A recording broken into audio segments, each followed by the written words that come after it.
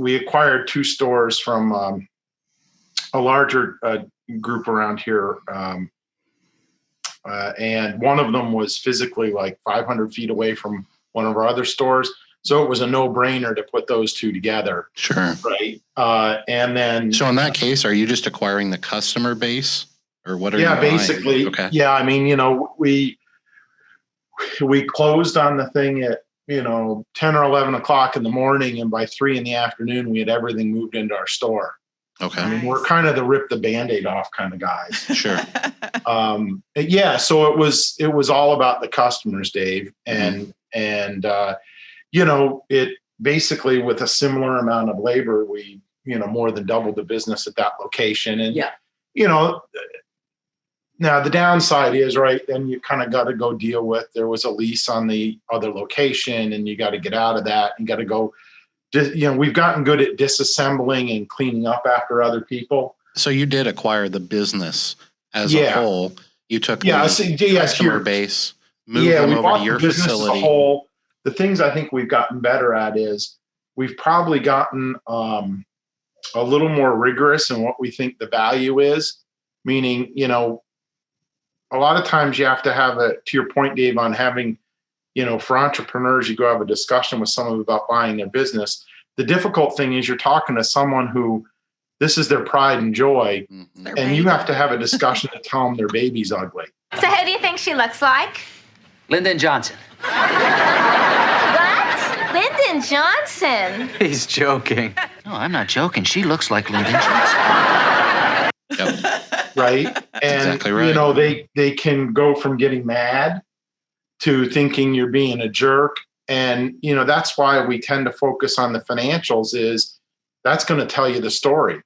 And, we had some early on, we looked at one in Hyde Park, which is a nice neighborhood here in Cincinnati. There are a number of cleaners there and we thought, oh, this could be great.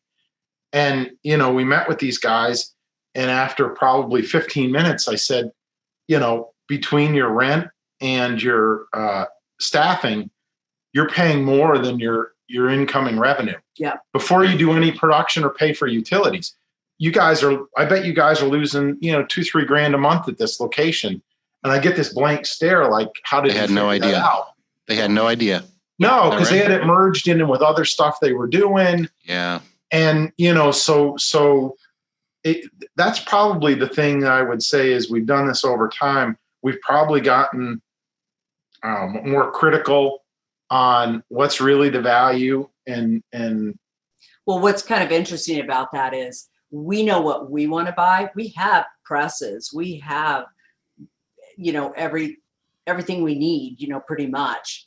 I'm like, do you have bodies? I'll take that. But yeah, good people. You know what? I think that's a fantastic point, Teresa, because some of our best people we have acquired through acquiring businesses, not all, but some of them. And I'm not suggesting that humans are a commodity or anything insane. Like I'm not going down there. What I'm saying is I see much more, we all know right now it's mid-2021. We are in a labor crisis like not too many times in history. Yeah. But the reality is even when you're not in the middle of a labor crisis, the strength of your team is an incredible, what I call a market differentiator. And it doesn't matter how we find good people. We just have to find them if we want to be successful. And there's many arts to doing that. And this is one of them, is what you're saying. When you're acquiring an existing business, maybe you are going to rip the equipment out. Maybe you are going to get out of the lease and not focus on that location. You're going to merge things over. But correct me if I'm wrong, you're looking at this and saying, do you have any good people? Because the way your eyes lit up when you said that, are the ways my eyes would light up, by the way, is because you see so much value in those people.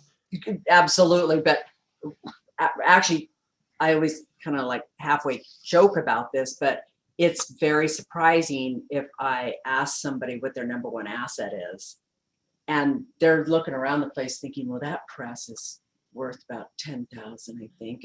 And I'm thinking, your customers. Yeah. Your customers. Yeah, number one customers, number two employees. Yeah, Yes. number one asset is, and so a lot of times nowadays we have what we need. We could take more customers, of course, more employees. But it's kind of like a lot of times what we're looking at is we're looking at customer base. Do you have a customer list? Because we're interested in buying that. It's not lost on me that you all have built an amazing team. Your operations and your team and the management structure, which is obviously led by you all. It's not lost on me that you see value in those things. So I just want to point out for our audience and our viewers, one of the most difficult things in small business is finding and building an amazing team. And it is a differentiator like probably no other. At least that's my opinion. And so, what I always tell people when I'm coaching with them and things like that is, what's the answer to how do I find good people? The answer is yes. That's the answer. Anywhere you can find good people. Yeah. And so I think this is a great conversation as to the value of your team and how to build that. And there's many ways to do it. You can recruit people and teach them the skill sets if they have the character traits that we're looking for. But you can also acquire a competitor or a rival business and bring their team members on and know, okay, there's a certain amount of value associated with these people. Absolutely.